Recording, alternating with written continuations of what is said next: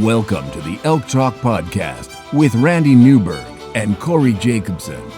Presented by the Rocky Mountain Elk Foundation.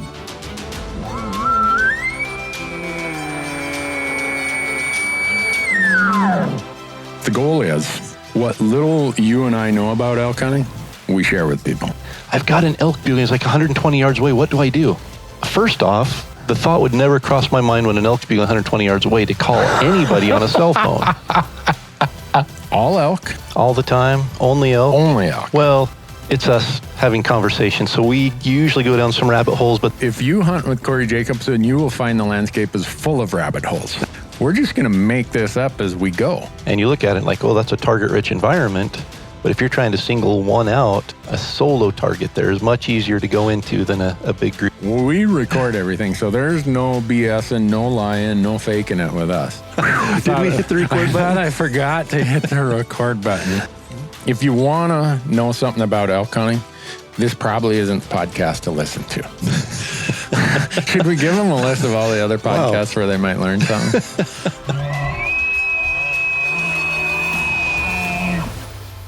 The Elk Talk Podcast is brought to you by the Rocky Mountain Elk Foundation, ensuring the future of elk, other wildlife, their habitat, and our hunting heritage. To become a member, go to rmef.org. And the podcast is also brought to you by onX Maps. And with onX Maps, you can know where you stand with the most accurate hunting GPS tech on the market with land ownership maps that work offline. Go to onxmaps.com and use promo code ELKTALK, and you're going to save 20% when you sign up for an app membership at onxmaps.com. The podcast is also brought to you by Gerber. Go to gerbergear.com and learn about the knives, the Vital, the Big Game Vital, the Gator Premium, all the things that we use when we're out in the woods, and not just knives, but also some really cool multi-tools that they have. We're also proud to partner with Sitka Gear. And if you go to sitkagear.com, you'll see their full line of clothing. And their tagline is turning clothing into gear. And they are doing that through advanced technology that allows you to stay in the field longer, hunt harder, and stay safer. The Elk Talk Podcast is also brought to you by GoHunt.com. Go to GoHunt.com and sign up for the Insider. The Insider is changing how hunts and hunting information are found. No doubt about that. Use promo code ELKTALK, and when you sign up for the Insider, you're going to get $50 of store credit, mad money, in their gear shop.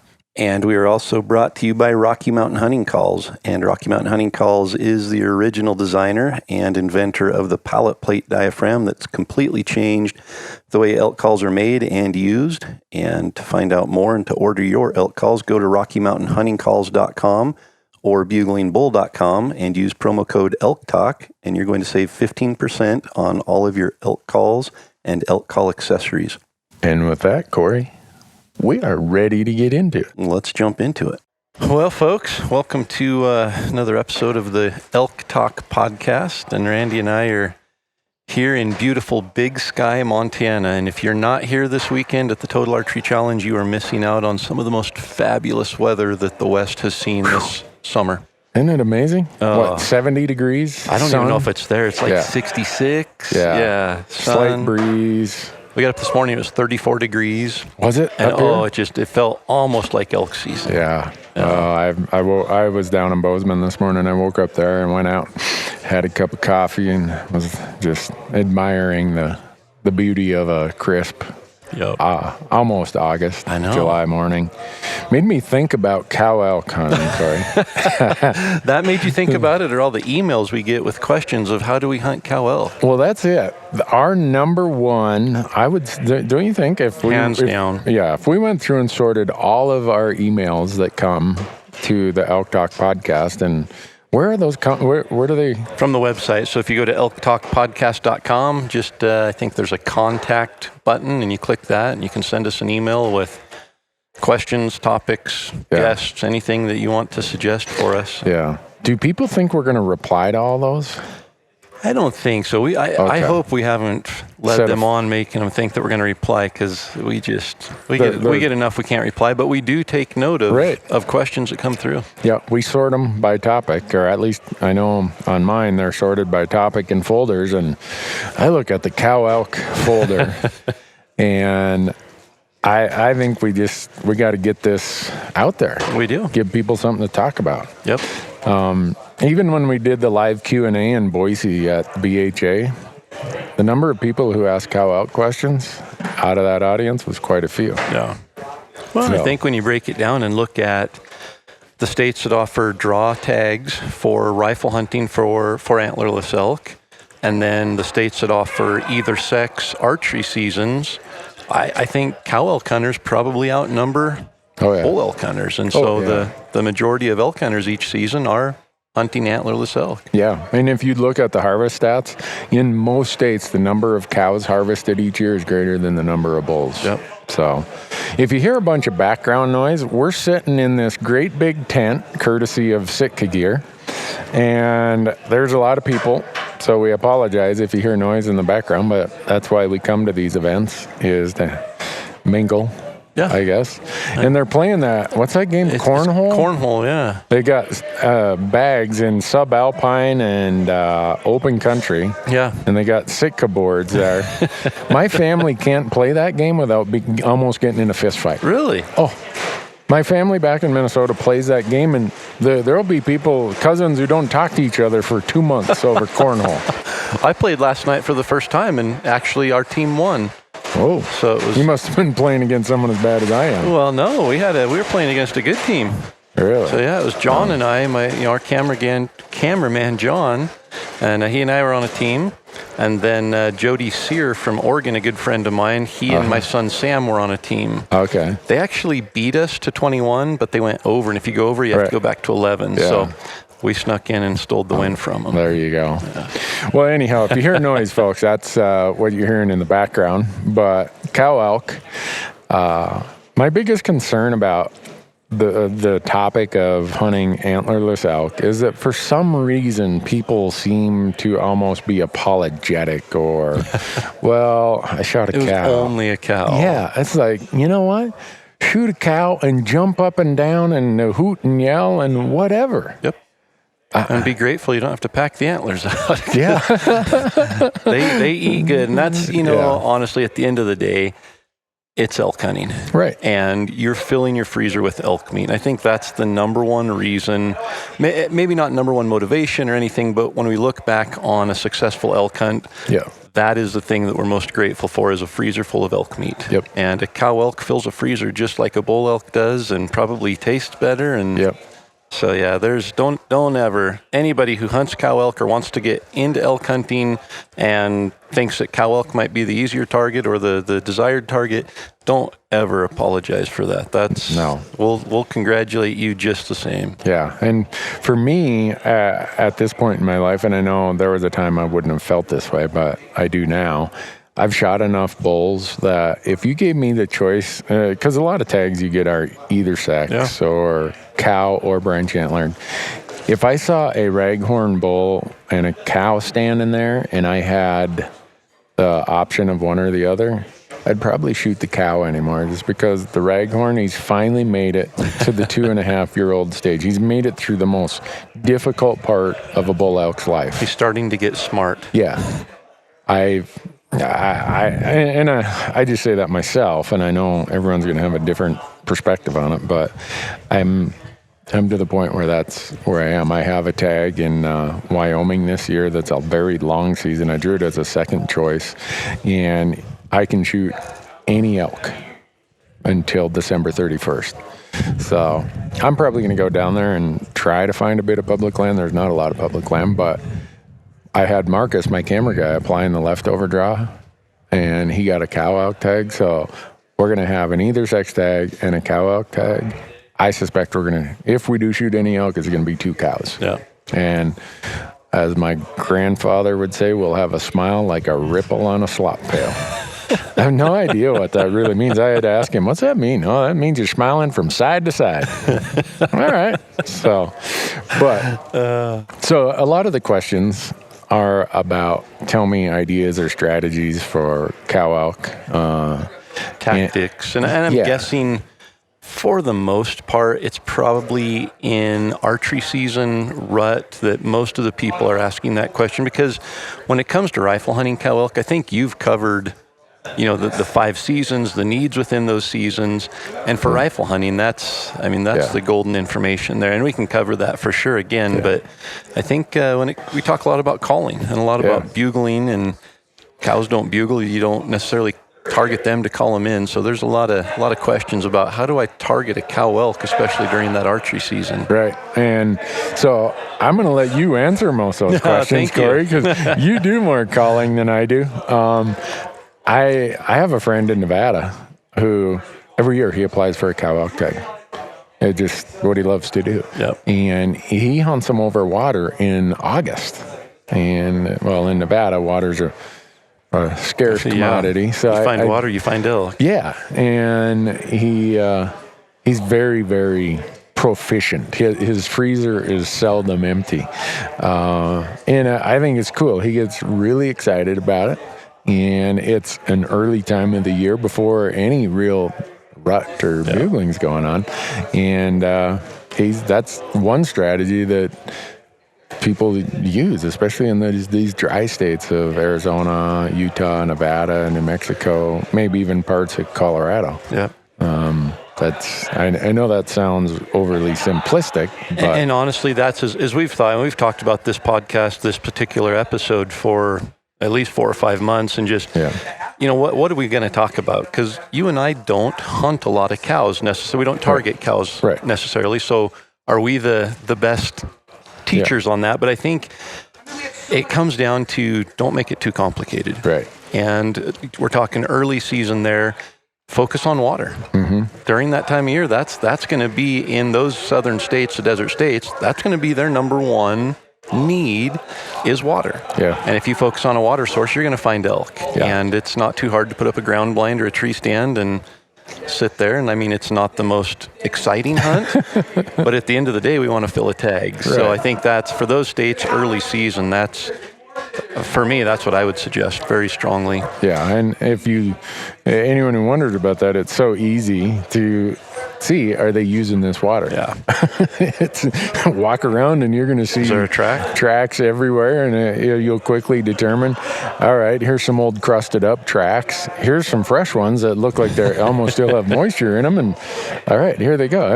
Last year when I was in New Mexico, it was so hot. We had that first archery season, September 1st through the 14th, and it was getting up into the high 80s, low 90s every day. And the only real encounter I had of any elk was sitting water, and this group of cows came in, and they were 7-8 yards in front of the blind.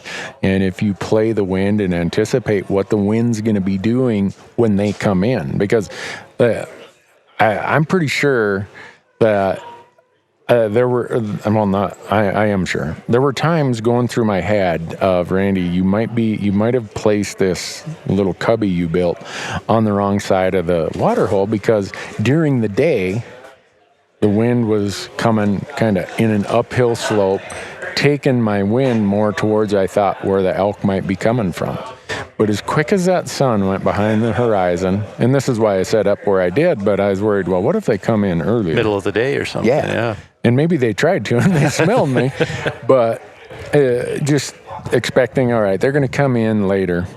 Well, when the thermals changed, it couldn't have been a better setup. They just came walking right down, splashing and jumping and yee-hawing and carrying on. And if I would have set it up the other direction, I don't know that they would have came in during that evening hour. So I say that as a strategy of, when you go and sit water, think about what the wind's doing when you think they're going to come in, not when you get to your blind. Yeah, and I think it's important to stress again, we talk a lot about wind when we're talking about setting up or calling elk, and in that situation, I think wind is more critical when you aren't, because you aren't mobile anymore. Right. You've got to dial that wind in and make your setup count, because you can't get up and move around the hill when the elk start coming in if they're coming in below you and wind's going down. So yeah, and kind of like when you do a setup, you're calling in a bull, what does he do?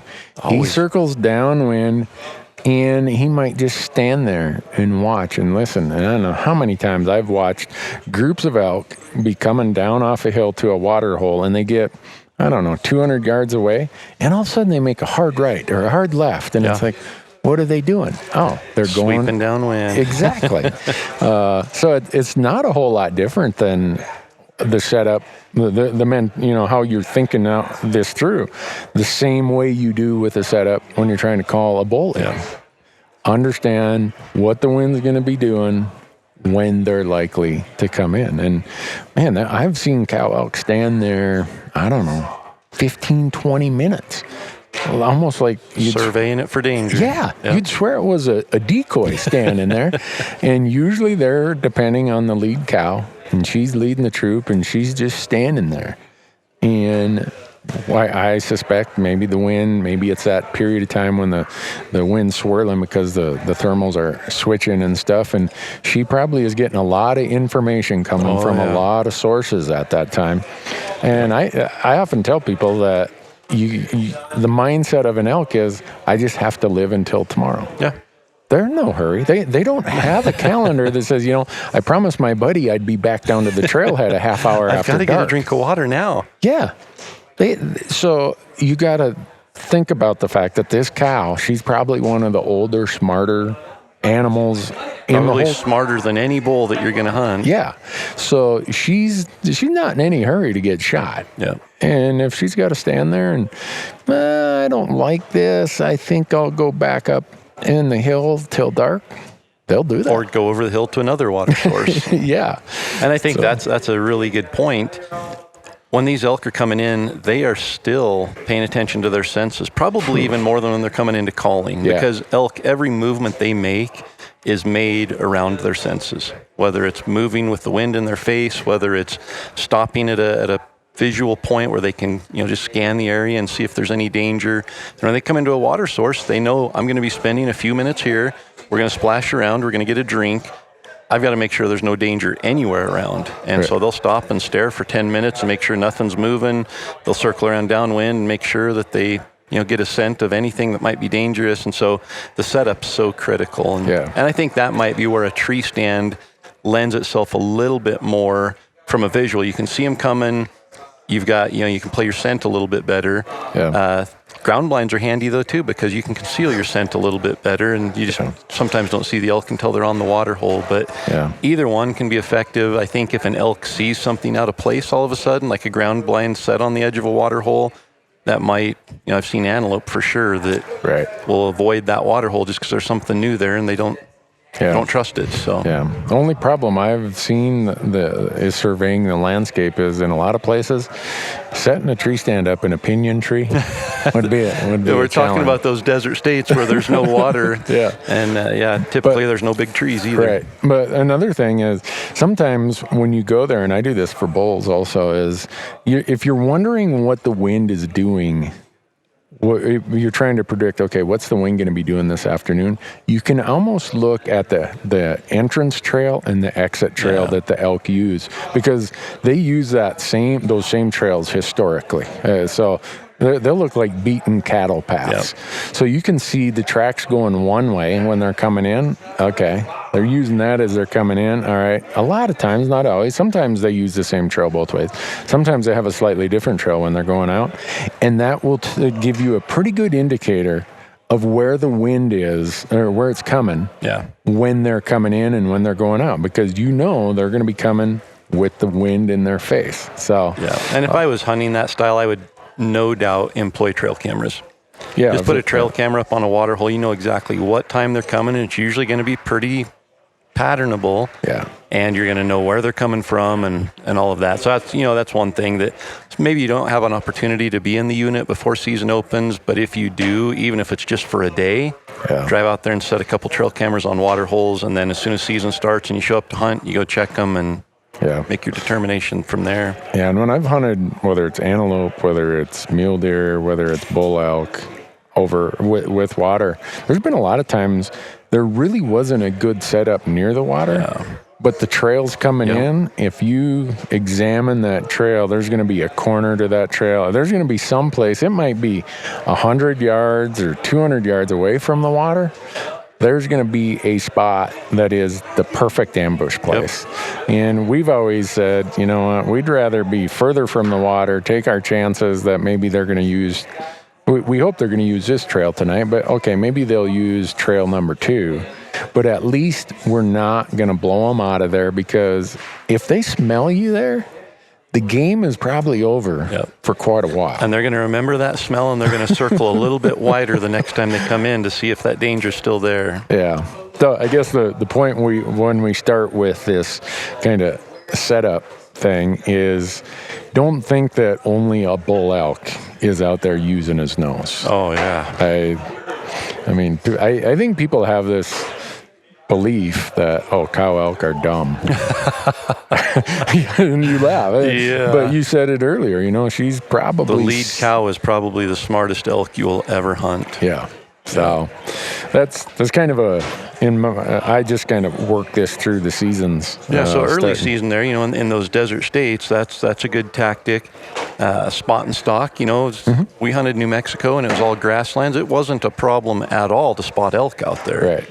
But, you know, if you have an opportunity to ambush them and stalk up on them while they're in their beds, you can see where they're going to bed down. That can be effective. No different than hunting mule deer or elk that you have to spot and stalk. And then when you get into some of the mountain states, you know, Montana, Wyoming, Idaho, Oregon, as you're looking at cow elk early season, you know, I'll use an example. My dad was an outfitter, and I would say probably 60% of their business was antlerless elk. Oh, wow. And they would go back to one show in Michigan, and they would book out their whole season there. And it wasn't a trophy hunt by any means, but it was an elk hunt out west. And in Oregon, it's legal to bait animals. And they would just put out salt licks. We'd go and salt, you know, Memorial Day weekend, put salt out. And then it was absolute, almost guaranteed in the first part of September, those cows would just come in there, 20 or 30 of them at a time, hit the salt lick every evening, and they were there. So, I mean, salt is an option if it's legal in your state. It's another source where you can put a trail camera in a tree stand. But I mean, that was, I won't say anything's ever guaranteed, but shot opportunities on that hunt, on a 5 or 6 day hunt, you're almost guaranteed to have multiple opportunities to shoot cow elk early season in Oregon. And Idaho, Montana is not going to be any different. They're very patternable during that time. You might not be able to use bait because a lot of the states don't allow that, but elk are very patternable. You get in, you do a little scouting, you find where their tracks are, where the trails are, and you set up a tree stand, you know, on the downwind side of that trail, and it's not going to be hard to get a shot. It's going to be hard sometimes to sit in that tree stand for 8 or 10 hours, and that's my downside is I don't have patience. I'm with you. I got ants in my pants where I want to be seeing what's coming or what's over the hill, and that's probably why I'm such a bad elk hunter. But back to that point of patternable, if you think about a cow elk, they have, and I don't care where you want to start the calendar, let's start with calving season. So they drop that calf in late May, early June.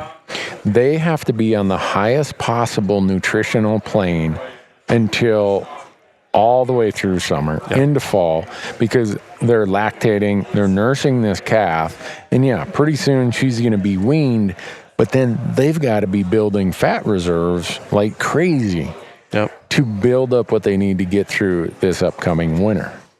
So with that, if you understand what the preferred food is for cow elk, I don't care what period of the year you're hunting them, you're going to find the greatest likelihood, or the places with the best food are going to have the greatest likelihood of having elk at that time of year. Cow out there. Yep.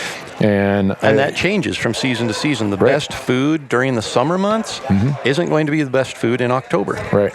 And you're going to have, added security that they're going to need then. And I think when they have their calves, they also want to be someplace safe. Yep. Because predators are looking for those calves. Yeah. And so they want someplace safe, someplace with good feed. And so I just think this time of year, July, August, if you're finding lush grasses, you're finding elk. Yeah. And if you can find that, they're going to be in that same area that first part of September, because that's That's really where the rut is going to happen, is where they have their calves. They typically don't move too much throughout the summer. They're safe. They've got feed, unless, sheep move in and eat all the feed, or there's a lot of pressure.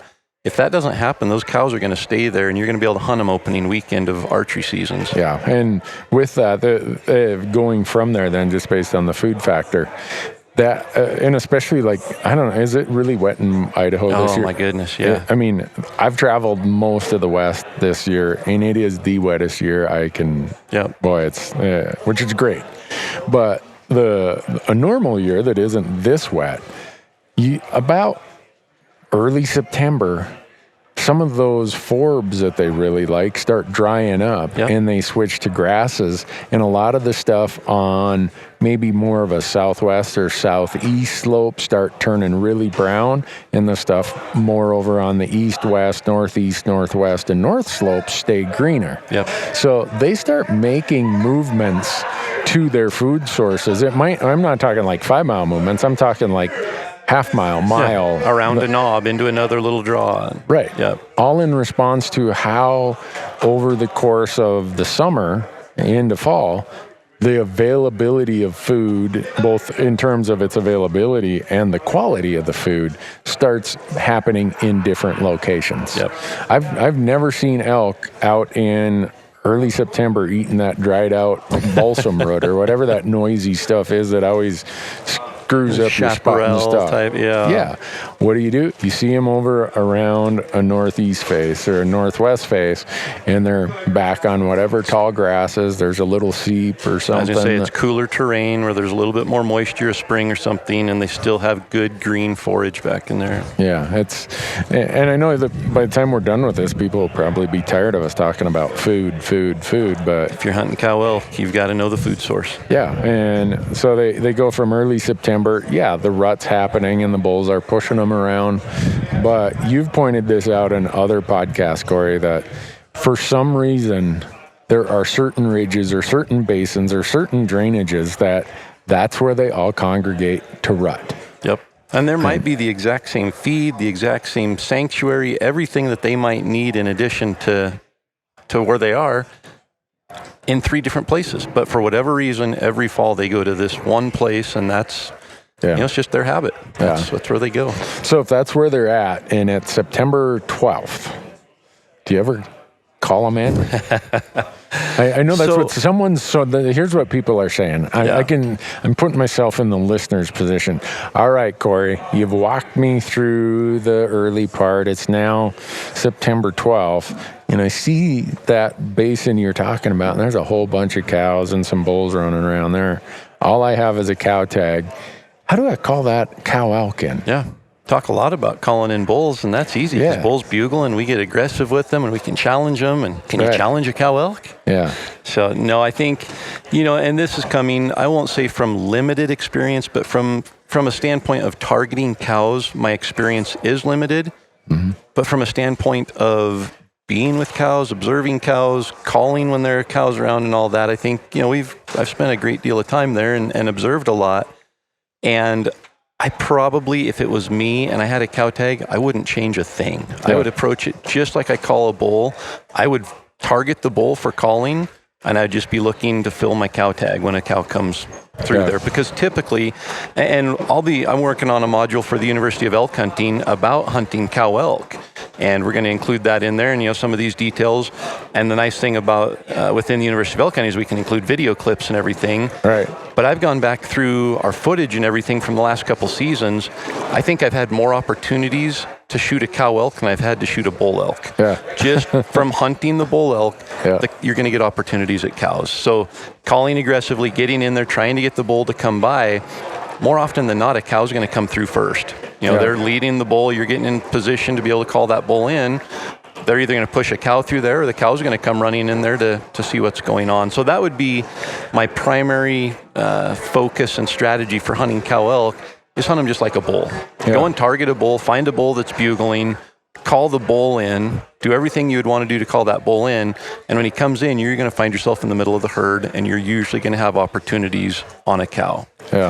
The other thing that has worked really well is if you do a lost calf call. Cows are very protective of any calf, not just their own, but they hear a lost calf crying and they're like, I got to go help that calf out.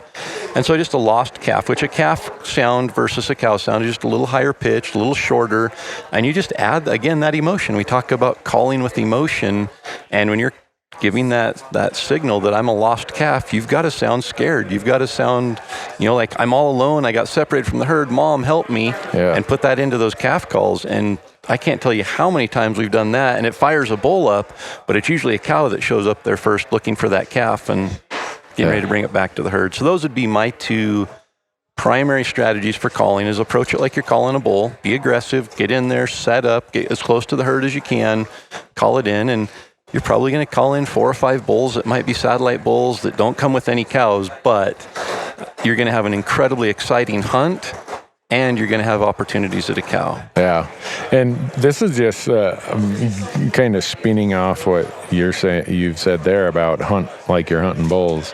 I think about the number of times where I've been following a herd and it's like, okay, they're bedded. Oh man, I hear a cow over here that's 250 yards away. I try to get between that straggler cow and the herd, thinking maybe she's got a bull that she's going to drag past me. Yep.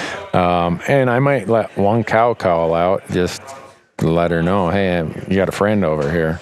The number of times, usually it's just a solo cow, it doesn't have the bull straggling along with, but the number of times she comes walking along, or trotting sometimes even, on her way, and then I think there's obviously this comfort of, okay, I know there are more of my siblings in my family over here. That's where they're at. And so kind of like sometimes you try to get between 2 bulls, or you try to get between a bull and what you think is his cow. Yep. The same thing you can do with cows, with those ones, because it's not like every cow walks through the woods in one cluster. There's stragglers, and there's some adventurous one that, I like to eat whatever it is up there, and it strays off 150 yards from the herd, and they're going to be in the same general area. But if you use the wind to your favor, I think that's where I've had most of my encounters where I could have shot a cow with my bow. And it was usually in hopes that she's going to bring a bull by. Yep. Well, you just look, when we hunted together in Montana, was that 4 years ago? 3 years ago. 3 years ago. That first evening, the bull we called. It was 4 years ago. 4 years ago Holy this cow. year. Yeah. Time flies. So that bull that came in the first evening that I passed up, that you gave me a really hard time about. Yeah. What was right in front of him? A cow. She came into the calling setup first. The bull was coming to us. The cow wasn't getting away from him. He was pushing the cow. So the cow's in front of him. Could have shot her all night long. Yeah. The bull on the last day that I ended up missing, he had 8 or 9 cows, and there were 3 cows closer to me than the bull was when I shot at the bull. So again, opportunities there. Last year in Oregon, when we were hunting Roosevelt, the only shot I got at a bull, I had 2 cows walk within 10 yards of me while we were set up calling the bull in. So I wouldn't change a thing. If I was wanting to hunt a cow, I would bring in all of the excitement of calling and bugling to the bull and just shoot a cow when it comes in. Yeah. So I know it sounds simple, and like Randy said at the beginning, you're probably listening thinking, okay, yeah, this is really simple. I thought of that. I want real meat and potatoes here, but don't overcomplicate it. Yeah. That would be my strategy, and I would be confident that it would be a successful strategy. Yeah. I think cows are more predictable for a couple of reasons. One, their need doesn't change as much as a bull. Yep. They aren't pressured as much. So even though they're still smart, people are very careful as a general rule, at least in archery season, about I don't want to bump them, I don't want to bump them. You get the bulls that are the satellites, or the bull moving back and forth, he's likely to encounter more humans than the cows are. And so that leads to a more consistent behavior, I think, in cows. Food, and more food. And therefore, it probably allows for a more consistent approach in how you're going to hunt them. And I don't know. I'm sure some people are like, well, that's not what I tuned in for. I was hoping for some actual helpful advice here. Right. And if anyone tuned in thinking that, cow elk hunting is you're going to call them in and somehow because you use a bugle, a cow's going to come bugle back in your face. Yeah. That's just... And I will say elk are a very vocal, communicative animal. And if you hear a cow making cow sounds and you start cow calling, a lot of times just that's going to bring her in to say, hey, are you part of my herd? Or I lost my herd. I feel more security around you. And so I certainly wouldn't stray away from that, strictly focusing on cow calling a cow in. But I think I would opt more for hunting bulls and looking for those opportunities. And with that being said, I think efficiency-wise, you're going to be better off finding a travel route and setting up a tree stand or a ground blind if you're able to handle that boredom all day. I think efficiency-wise, you can kill an elk in 1 or 2 days. I won't say easily, but if you know there are elk in the area, you set up a trail camera and see where they're walking and what time, it's not going to be too awful difficult. Yeah, I would say it's kind of like a lot of things. Sometimes the most effective technique may not be the most fun technique. Yeah, absolutely. And if you're in it to have fun, well, then you're probably going to chase them and bugle them and spot and stalk them or whatever. If it's like, oh, I'm serious about filling tags here, well, then ambushing them is probably going to be a little more effective. But the other benefit of hunting cow elk, or at least the advantage of hunting cows over bulls, is I would say there's 10 to 1 cows to bulls, on average out there. So just the odds of bumping into an animal, it's a lot higher that it's going to be a cow you bump into. Yeah.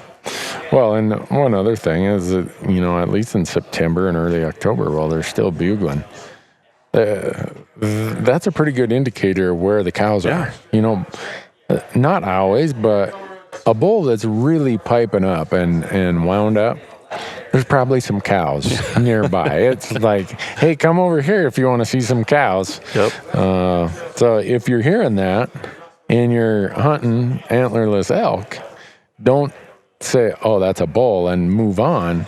The cows are probably saying, shut up, you knucklehead. Follow the bugles. Yeah, what are you trying to do? Get us killed there?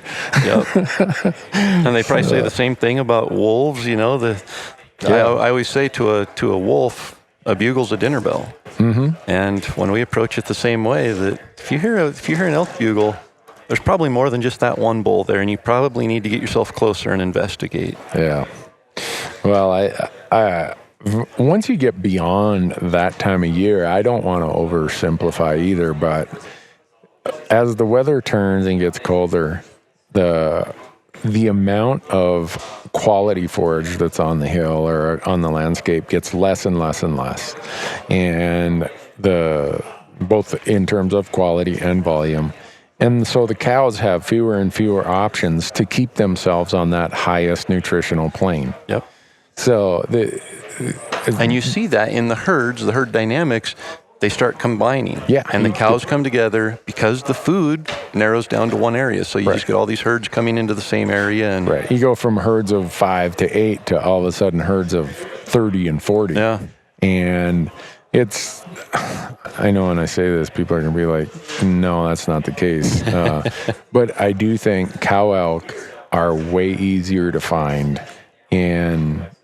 from October 15th on. Yeah. Because if you keep thinking and focusing on food, where the food is available and how much they need, and now they're pregnant again. Yep. And so they have to have feed. They're building up for winter. Right. They're building their own bodies back to where after all the lactating, and they got to build their bodies to carry this calf through the winter. When there's going to be limited feed. Yeah. So you'll see them up feeding way earlier than the bulls. Yep. They'll come out way earlier in the afternoon, and they'll be up later into the morning than the bulls feeding. Yep. It's just a function of what they have to do to allow their bodies to carry this calf. Yeah, and that's their real purpose. I mean, they're a pretty simple animal. That's what they're wired for. They sleep. They drink water. They sleep. They eat. Right. They have a calf. They raise the calf, they kick the calf. I mean, it's. Right. I think sometimes we overcomplicate it, and when we break it down into the simplest form of what the elk is doing, how the elk is staying alive, that's really all you need to know. And once you overcome how the elk's staying alive, and once you figure out what they're doing for food, it's just a matter of going in there and making the shot. Yeah. And it's not like they decide, food's my primary focus just because I like to eat. It is their number one goal, their motivation. They are wired that this calf that I'm getting through the summer and then this calf I'm carrying in my body, that's my priority. Yep. And in order to accomplish that priority, it all comes back to food. Yep. So it was interesting for me where we live. We've got a decent sized herd that makes its way down from fall to winter, and stays down on the flats there. And it's always interesting to see. You never see them. They're just, it's hard to find them from like October 15th through, say, November 5th or November 10th, somewhere in there. They're in sanctuary mode then. They're trying to get away from the rifle pressure. Rifle season's during that exact time.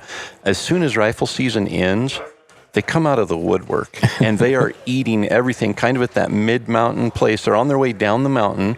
They all combine right there, and the herds go from, the bulls in that area probably have 3 to 4 cows on average each during the fall. And then all of a sudden there's 90 elk together right behind our house, 90 cows and, a couple spikes and the smaller bulls all concentrated together, all feeding there. And they stay there for about 2 weeks and then they disappear, and they go about 2 miles down the valley.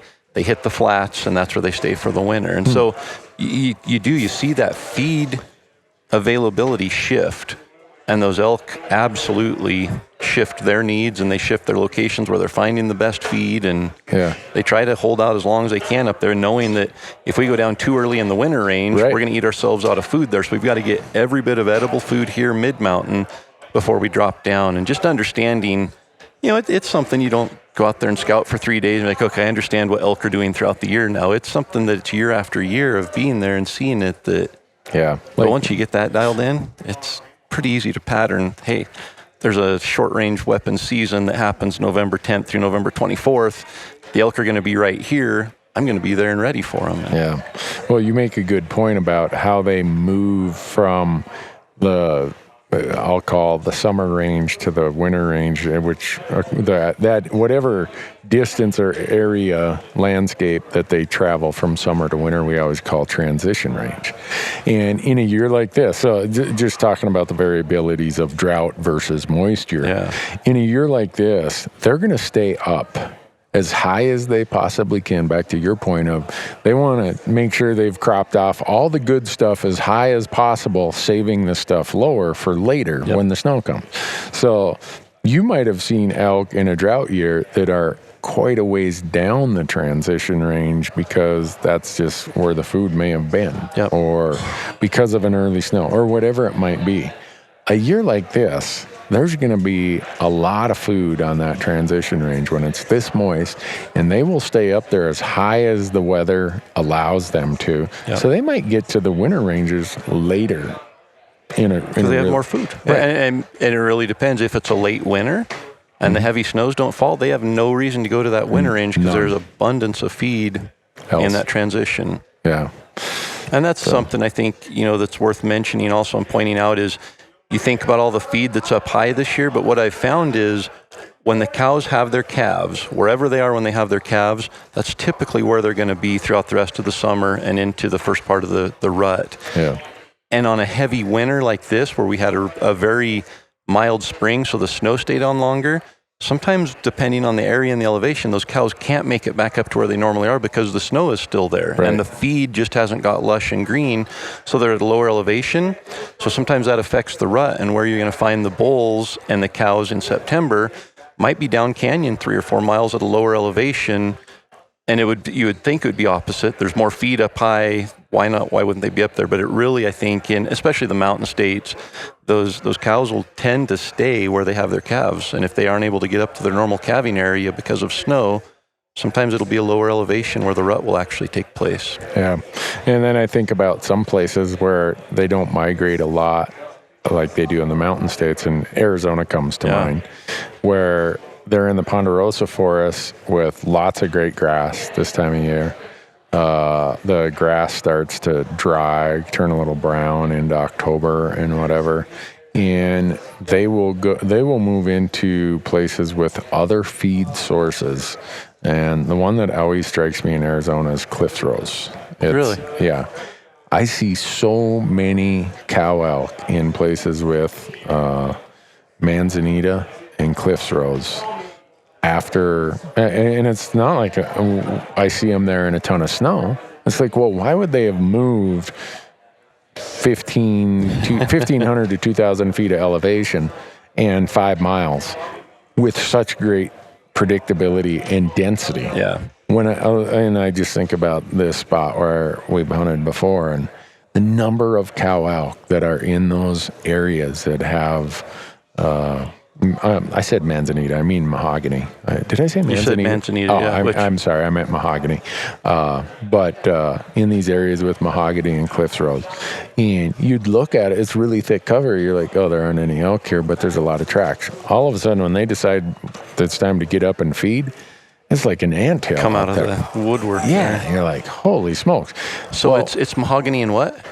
Cliff rose. Cliffs rose. Yeah. Some people call it cliff rose. Some call it cliffs rose. It's almost like a woody plant that grows, but it's got something on the leaf. So are they eating the leaf, or are they eating the ends of the buds? The bud. I think, well, if you look at an image of it, there's almost like when it comes off the stem, off the main, there's a leaf that has like a bud. Mm-hmm. It's a soft part. It's almost like a wild rose type of a plant. Yeah, but it's, man, I've seen them in there just mowing that stuff down. And you drive by and you'd be like, well, doesn't look like elk habitat. And then it's like, holy cow. Yeah. And I just use that as an example. In Nevada, I've seen them come down lower into these big juniper flats and pinyon juniper flats. And I've seen them just grazing heavy on juniper berries. Really? Yeah. I mean, just like crazy. And, well, why would they do that? Well, maybe it was a drought year and the grasses aren't really what they needed, and they've decided that the juniper berries are a better risk reward or cost benefit relationship. And everything in their analysis is, how do I get the greatest reward for the lowest risk? How do I get the greatest benefit at the lowest cost? I mean, the greatest net gain in nutrition. Yeah. And I tell people, I think if you want to be a stock investor, you should follow the pattern of cow elk. They're risk averse. Here we go. Financial advice linked back to hunting cow elk. And cost benefit. So they have to. I mean, they're not going to expose themselves to predators. Say all food sources across the landscape are equal at this time of year. Then they're going to say, all right, how do I expose myself to less predator risk, with hunting and hunters being one of those predators? Yep. Well, that's part of what goes into their mindset. And in places where there's a lot of cow elk hunting, guess what? They will use a sanctuary of private land or something else, the same as bull elk do. Yeah. Just, it's back to that basic analysis of what's my highest reward with my least risk and my least amount of expended energy. Yeah. It's a net sum game for them. And the ones that don't figure that out, that trait of not figuring that out gets removed from the genetic pool. Totally. Quickly. Yeah. So, and going back to feed sources, I think that's so important. It's so hard for us to sit here and we get a lot of questions about, you talk a lot about finding the feed, but what do elk eat? Mm-hmm. And it's so hard to answer that question because they eat something different in just about every state in every season of the elk year. And so it's hard to sit down and say, okay, look for willows, look for clumps of grass, look for, whatever it is, because it's so dynamic, even in one area, but especially throughout the different terrains. And in Idaho, when we were shed hunting this spring, it was really amazing to see how the elk lived in deep snow and fed off of the willows along the creek bottom. They were stuffed right in these creek bottoms, and you could see where they had nibbled it off. Anything from probably 3/16 inch in diameter on down was eaten off all the way to that diameter. And they were just eating literally the ends of the willows, the ends of the branches off of any of the green, woody type of brush that grows up in those creek bottoms. they were eating the actual branches off to about that diameter because they're the softer. They haven't actually turned into that woody branch yet. Yeah. They're eating that off, and that's what they lived off throughout the winter. There wasn't green leaves on anything. There wasn't browse. There wasn't any green grass anywhere. It's just that was their food source. And so understanding that, and I don't understand even in my state what they eat specifically in each of the seasons, but I think recognized where they are in each of those seasons enough to say we need to be at this elevation, we need to be, on this side of the mountain, and figuring it out from there. Yeah. Well, one of the places I love to hunt when I get a tag is western New Mexico or northern Arizona. And a lot of that isn't as much alpine to valley type terrain as we have in like Montana, Idaho, Wyoming, Colorado. And so I've really tried to make my hunting understand the change of what is the most preferred food source. The landscape almost looks similar in terms of altitude, elevation, in terms of canopy. So why would they move from here to over there 4 miles away? And overnight. Yeah, and it's almost I'll use. Boy, I can't believe I'm going to say this, but there's a study out there. I'm going to let people find the study, but there's a super. Where would they go to look for this study? Al Gore's internet. It is really good, and it talks about the certain types of grasses in Arizona and New Mexico when the monsoons come. Yeah. So those grasses are borderline dormant until about now in July. Monsoons start in July. All of a sudden, this grass is across the landscape. It's why sometimes that place is so green. Yeah. Well, that grass has a certain cycle that by probably the end of October, it's no longer the preferred food source. They've moved to other places away from the grass because it's browned up, it's dried up. And obviously it fluctuates based on the intensity of the monsoon season. Yep. Now they're in certain other places, and this study talks about where they move to select a higher quality forage. And it's back to the cow says, if I'm going to be out in the daylight, exposing myself to danger, that grass is okay, but it's stale now. This over here, this forb, this whatever it is, I'm getting more nutritional value out of that. So I'm going to hang out over there. Yeah, it's 4 miles away. I can walk 4 miles to hang out there for the next 3 weeks until that food source, same landscape, that food source starts to dwindle and loses its value. And now there's something else that they prefer to. Yep. So I can't say that I've got it all figured out. The point is, wherever it is you hunt, and you're hunting cow elk, there are studies out there that are unbelievable about what the food nutritional source is at certain times of the year. Yeah. And you look at humans, and I think in the last few years, we've started looking more closely at what we're putting in our bodies and wanting to be most efficient. Yeah. And wanting to figure out macronutrients and the things that we need, as far as carbohydrates and calories and all of those things. Elk have had that figured out for years. And they know this time of year, this is going to be the most nutrient-rich available food source. And that's where they go to. And as you were talking, I thought we were driving home the other night and there was some horses and cows, some cattle just in a pastured area, and almost every one of them had their head stuck through the fence, reaching the grass on the outside. You hear the grass is always greener on the other side of the fence. Yeah. And as you were talking, I thought, cow elk are going to eat all of the food at higher elevations before they transition, knowing that they're going to need that food that's right there and available to them in the coming months. And this other food's not going to be. And, you look at cattle and you think, man, they're stupid. They have food right there. But maybe they're thinking ahead and thinking, if I can get that food out there now, I can leave this here, this easier food, for when I really get hungry. And yeah, and we did a film up in Alaska with a biologist. Her name is Sophie Gilbert. She's got a PhD. She researches deer more than anything, and she put it in a really good context. We're talking about the migratory patterns of alpine Sitka blacktails. she said, think about it this way. As quick as some period in the fall when the forage dries up, the nutritional value has reduced to a point where now this doe, or in this case a cow elk, is starving between now and when it greens up again in the spring. So her goal is, I know I'm going to be starving from November 1st until March 1st or whatever the period is. Right. So I have to just make sure I don't starve at a rate that's so fast that I deplete she called it a bank account. Yep. So I can take a little out of my savings. And she said all this fat on their rump and their back and everything is kind of like they got to build that savings account up. Yep. Because for the next however many months, depending on what landscape they live on, they are withdrawing from that savings account. And if they get to March and they're out of fat, they're out of savings, they're going to die. Yep.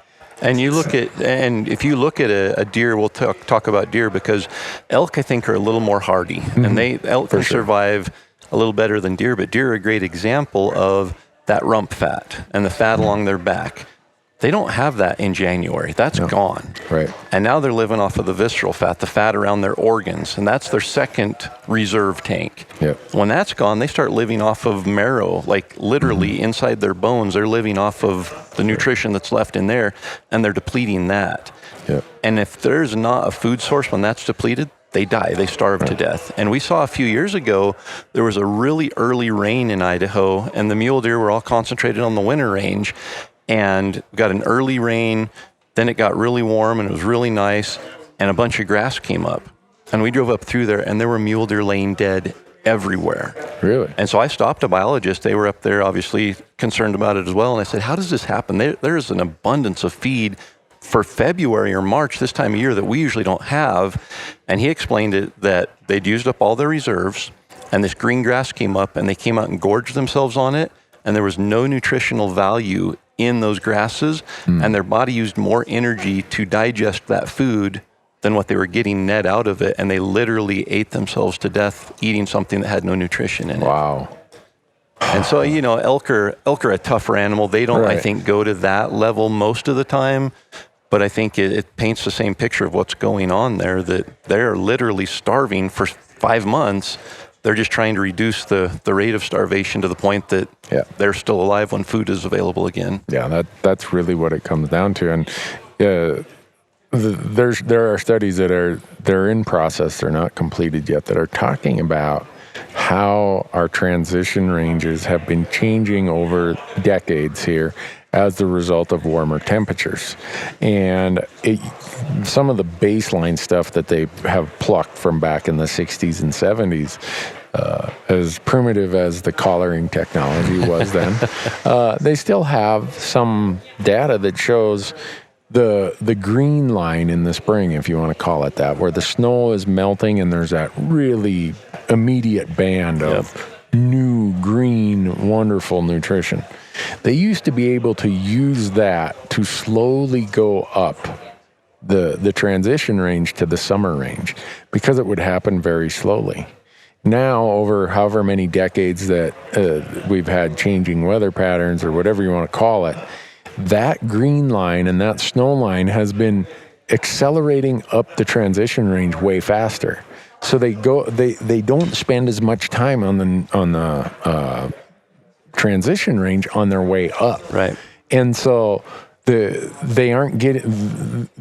moving up that transition range now way faster. They're not getting the benefit of just this continual succession of super, super nutritious Tomorrow, stuff. the next nutrition stuff is going to be 100 yards up the hill. Exactly. It's all of a sudden tomorrow we've got 400 yards up there we can get to. And right. And so now pretty soon they're on the summer ranges quicker than they used to be before. And you're depleting the summer ranges quicker. The nutritional plane is less as that happens. And then I think these studies are going to show, and the reason I say I think is I've had the benefit of talking to some of these people, and scientists will never, unless they're at a 99% confidence level, they're not going to publish something. But anyhow, one of the things that's showing is that they're worried that this lower nutritional plane, as they've had to get up to the summer range a lot faster, they aren't recovering as quickly, and they're coming into cycle later than before. And so then they start expanding on all these other complications that come from that. Okay, what if we have a very drawn out rut? Well, then we're going to have a very drawn out calving period. Instead of this big pulse that happens over 10 days to 2 weeks, we have more of just a bubble that spans 5 or 6 weeks. Yep. Well, Blair's and wolves can only eat so many calves in a 10-day to 2 week period. Until they get big enough to defend themselves and get away from danger. Right. Well, now if you're dropping calves in smaller numbers but over a longer period of time, the black bears and the grizzly bears and the wolves are like, oh man, instead of just 2 weeks of good grub, here we got 6 weeks. And so it's an all-day buffet. Right. Instead, you don't have to go in there and finish it in an hour. You've got all day to get as much to eat as you want. Yeah, and so it amplifies the effects of predation. Yeah. So it's interesting to read that stuff. And when I read it and talk to these people, my mind keeps coming back to quality of forage. When they study this herd or that herd, the herds that have access, or whether it's access to or the lead cow who knows where the best food is, they could be in the same general area, but some of those herds aren't expressing these same characteristics as the others. And obviously that leaves more questions unanswered than it does answered. But in reading those, what you find out is that most everything in the elk world revolves around the health herd of the cow, and that revolves around the quality and quantity of forage she can acquire. Yep. So and it's interesting because we spend a lot of time out in elk country in the spring doing shed hunting and that. And so it's interesting to see where you find sheds year after year. And you typically think that it's based on snow line. You know, the bulls are the first ones. They're following that snow line right up, and literally as a green little clump of grass comes up, they're eating that. And it really does, I've noticed in the last few years, the bulls are able to move, before they even drop their antlers sometimes, they're moved clear up out of where they've spent the winter. Really? This year was different. This year there was a lot of snow. The snow line was low, and it was a slow melt. It was a mild spring, so we didn't get that huge melt off where it's just like all of a sudden overnight you can go a mile farther up on the mountain now. It was slow, and their transition was a lot more gradual. And I think that's what we were seeing, 20 years ago, 30 years ago. Right. And we've had a lot of springs where the snow just leaves overnight. Yeah. And the elk can, and they do, go straight from that winter range as high as they can go immediately. And they aren't taking that time and eating the available feed along the way. Right. And part of that is as fast as that snow line goes, there's just not the available feed like there used to be. So yeah, and they need sunshine. When that snow melts, sunshine is what makes the green grasses come up. Yeah. And if you've got a lot of just cloudy, rainy days throughout the spring, it's still melting the snow, but it's not producing the nutrients the same way that sun does. So weather plays a big part in that. Yeah. So I headed down. That was a rabbit hole. That was a rabbit hole, but I wanted, and maybe people don't care the lens through which I see cow elk, but I wanted to give some background about what confirms to me everything related to cow elk is food. Yeah. And the best food that they can get at whatever time of year it is. And you were saying earlier that, okay, the best food might be over here in July, but that might not be where the best food is in October. Yeah. So I know people are like, I've heard enough about food already. Well, you should almost become a botanist if you want to be an elk. And I was going to mention, I think that there would be a lot of value in the book that we've talked about, North American elk. Yeah. Elk and elk ecology. Yeah. Mm-hmm. And I think that, initially we thought it was a $200 book that you can only find in certain places. And we've since found we get no kickback at all. There is no connection to us promoting this book other than it's a several thousand page encyclopedia of more than you will ever be able to absorb in elk knowledge, their transitions, their migrations, their feed sources, all of that. And so if you truly want to learn more about elk, I would strongly suggest that book needs to be on everybody's coffee table. Yeah, it's by Jack Ward Thomas, and you can get it from the Wildlife Management Institute now for like $60 I instead think it's of like Amazon. 40, 41 or something. Okay. Yeah. Yeah. I see they keep reprinting it, and I'm thinking, is it because so many of us have been preaching it for the last couple of years as kind of the Bible of elk and elk ecology? And there for a while, the only place you could find it is like on eBay, and it was $160. And yeah, crazy. Now that they've reprinted it, there's definitely been a supply available. So yeah, and then kind of similar to that, some other places to get really good information and research on elk, cow elk, any elk is there's the Forest Service in partnership with the Rocky Mountain Elk Foundation has a thing called the Starkey Experimental Forest in Oregon, and they've been doing research there forever. They actually have their own elk herd that is so habituated to humans, one of these herds, that they can follow them around and mingle with the elk and identify, oh, she just ate a XX clover. Yep. Oh, she just ate, whatever, and grandma this is grass. the date. And they're eating it on this date, and tomorrow they're eating something different. Right. And within this transect, that was only 3% of the forage base here, but they ate every bit of that 3%. Oh. Yep. So if you really want to nerd out on this stuff, it's there. Was that the experiment and the information that you were referring to earlier? No. Okay. There's a different one. There's more information out there that someone can This search. other one that I'm referring to was done by a university that shall remain unnamed. Is there a general location that? Yeah. It's in one of the Southwest states. Okay. So we've narrowed it down to New Mexico, Arizona, or Nevada, and it's done by a university, and you can find it on Al Gore's internet. So. Yeah. I don't mean to be that way. I think... part of the benefit of people learning to go and do this research is there's way more benefit in learning how to do that than for someone to just tell you. Teach a man to fish. There you go. Yep. Exactly. Yeah. So we can give you the information, but I think you'll absorb it much more efficiently if you do the research. Yeah. And we're here to shorten the learning curve. We aren't here to deliver a successful elk tag on a silver platter quite yet. Yeah. But, we're sitting here in Big Sky, Montana, Corey.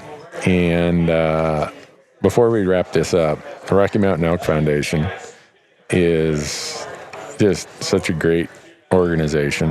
We just came off of the Park City event where they had elk camp and the Mountain Festival, and some of the information that was delivered there, some of the projects they've been involved in, it's staggering when you sit back and look at not just what their mission is, but what they're accomplishing. Yeah. The legs that are underneath it, and the momentum, the snowball effect that's happening right now with just property after property being acquired and given to public management to be able to open access. And volunteer hours, the 12,000 volunteers who are boots on the ground doing stuff for elk and elk habitat. It's exciting. Yeah. And for me, this always takes me back to when I became a member of the Elk Foundation in 1989, but I didn't really become a volunteer until 1992. And it has to do with right here in Big Sky, Montana. If you drive south of Bozeman, Big Sky is on the west side of the Gallatin River, about 35, 40 miles south of Bozeman. Well, there's a wildlife range, game management range right over here on the east side of the highway, straight across from the entrance into Big Sky. And when I first moved here in 1991, that was only about 1,200 acres. And then because of the old days when the railroad companies, timber companies, mining companies, the federal government gave them every other section of land if you'd go and build railroads and roads and communities and whatever. And so it created this checkerboard pattern.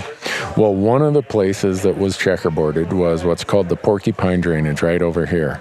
And it's just unbelievable wildlife habitat. The amount of elk hunting days that go on there.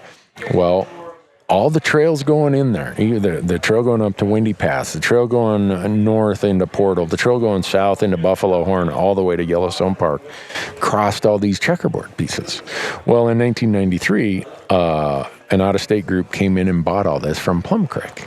Plum Creek got it from the old railroad, because the railroad companies they put all their land in a holding company, I think it was Great Northern or Burlington Northern, one of them anyhow, formed Plum Creek.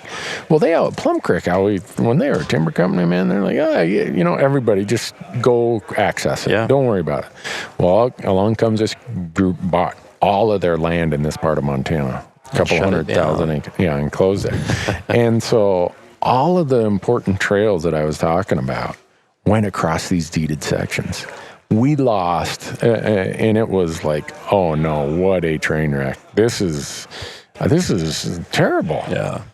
Along comes Rocky Mountain Elk Foundation, and them and some of their partners. The Elk Foundation, I always want to say, hey, we do this with any other any willing partner. So I say Elk State Foundation, agencies, other conservation agencies, right, other land trusts, but in this part of the country, the Elk Foundation swings a big stick.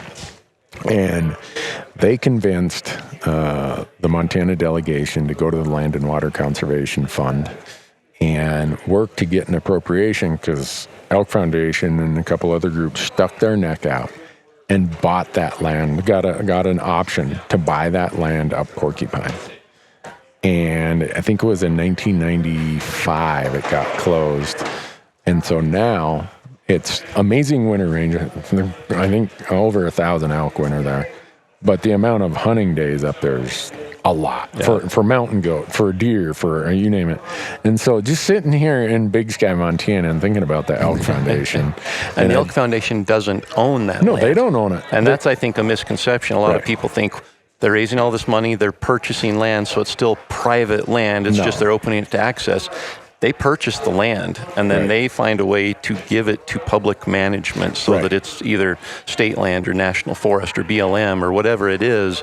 Yep. That land is our land now. Yeah. So what happened here is the lower stuff that could be added to the wildlife management area, that got given to the state of Montana Fish, Wildlife, and Parks, managed by them. And all the rest of it is now part of Gallatin National Forest. Yep. You go park there now, there is no gate on the trail. You can hike as far as your energy and boots want to carry you, all the way to Yellowstone and bear spray.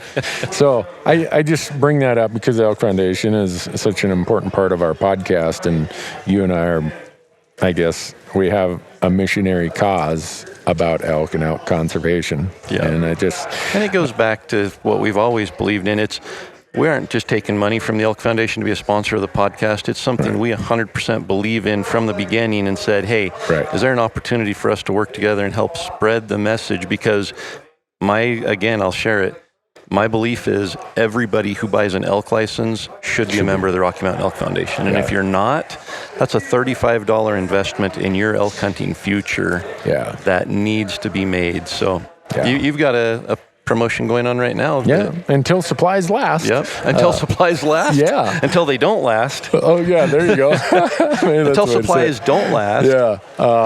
Right now, if you go to rmef.org/Gerber, our good friends at Gerber who make this podcast possible. Yep. You sign up to be a Rocky Mountain Elk Foundation member.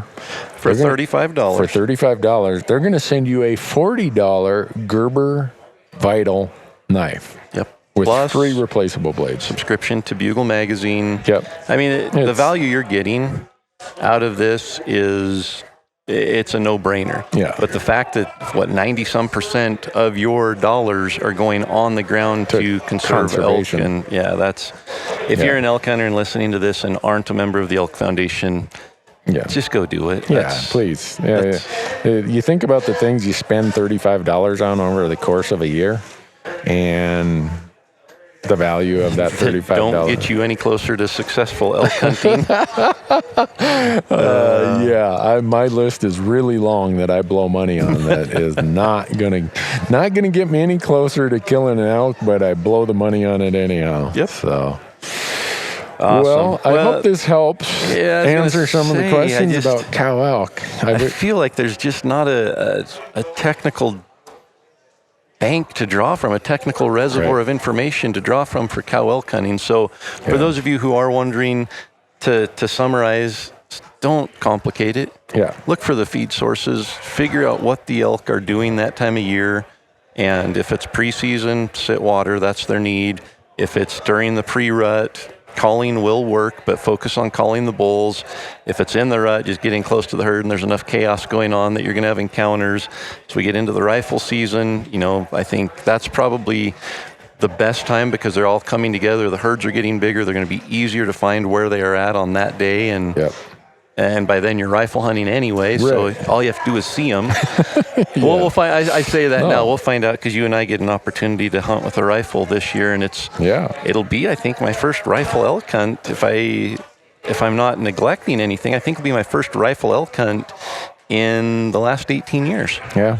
Well, where we're going, I'm going to go hike in there and check it out in August, but it's any elk. General license. Any elk. Cow, spike, big bull, little bull. So maybe we'll come out with a cow elk or two. Yeah. Be able to say we do know what we're talking about. See, I told you we figured it out. Well, I hope people keep sending comments, and if they have more comments about cow elk hunting that we didn't touch on, I guess. Or questions. Questions, comments, let us know. And again, we don't know everything. We've got a lot of years of experience between us, and I think that we're maybe on the threshold of going beyond novice at this point. Maybe. But we're there's a lot left to learn, and if there are things that we don't know, we take that as a challenge to find out. Yeah. For sure.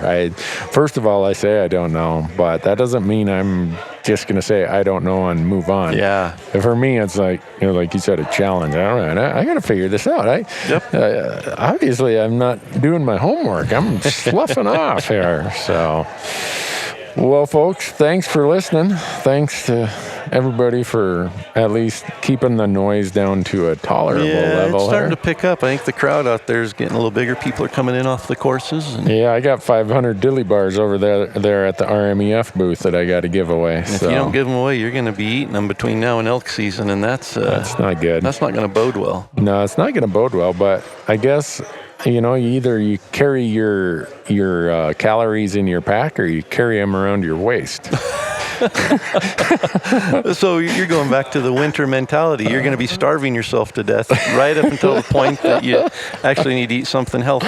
Yeah, probably. There you go. Yeah. Don't do what I say. Do what Corey does. Don't overdo it on the dilly bar.